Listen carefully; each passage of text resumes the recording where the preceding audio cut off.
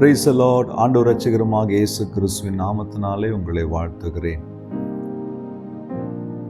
ஆண்டவர் ஒவ்வொரு நாளும் அவருடைய வார்த்தை கொண்டு நம்மளை பலப்படுத்துறார். இல்லை, இந்த வார்த்தைகள் உங்களுக்கு மாத்திரம் இல்லை, இந்த வார்த்தை உங்களோடு பகிர்ந்து கொள்ளுகிற எனக்கும் கூட இந்த வார்த்தைகள் மிகுந்த பலனுள்ளதாக இருக்கும்.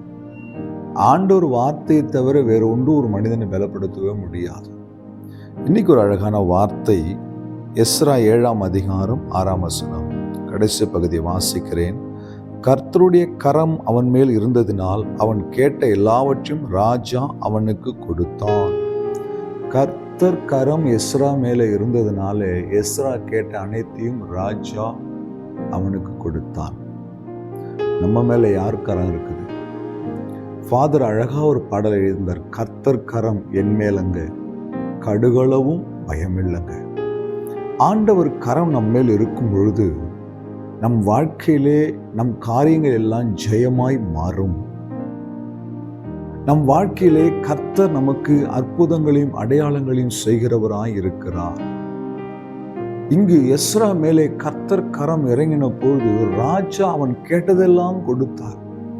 உங்க மேலே என் மேலேயும் கர்த்தர் தன் கரத்தை வைக்க வேண்டும் என்று சொல்லி நம் ஜெபம் பண்ணணும். அவனை ஜெபிக்கும் போது கர்த்தர் அற்புதம் செய்வார்.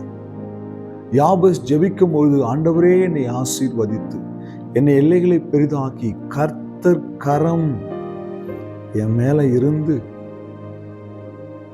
தீங்கு என்னை அணுகாதபடி காத்துக்கொள்ளும் ஜெபித்தார்.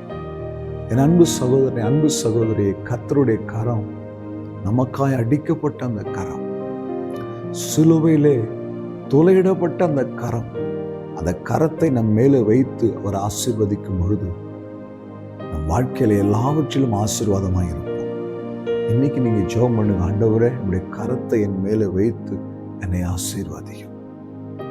குஷ்டரோகி அவர் தொட்ட பொழுது அவன் சுகம் பெற்றுக் கொண்டான்.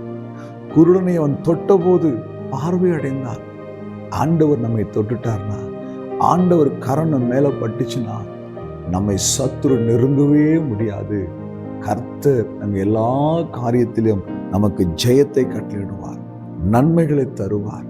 இன்னைக்கு எஸ்ரா மேலே வந்து இறங்கின அந்த தேவனுடைய கரம் எங்க மேலே இறங்கணும்ப்பான்னு விசுவாசிக்கிறவங்க உங்க கையை உங்க தலை மேல வச்சு என் கூட சேர்ந்து நம்ம ஜெபிக்க போகிறோம்.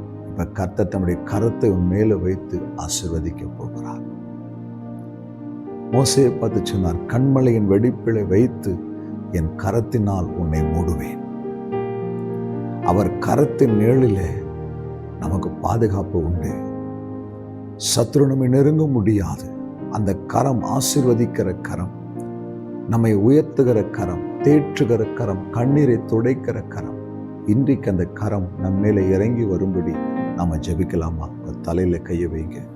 அன்பும் இரக்கமுள்ள நல்ல ஆண்டவரே, உம்முடைய கரத்தை எங்கள் மேலே வையும்.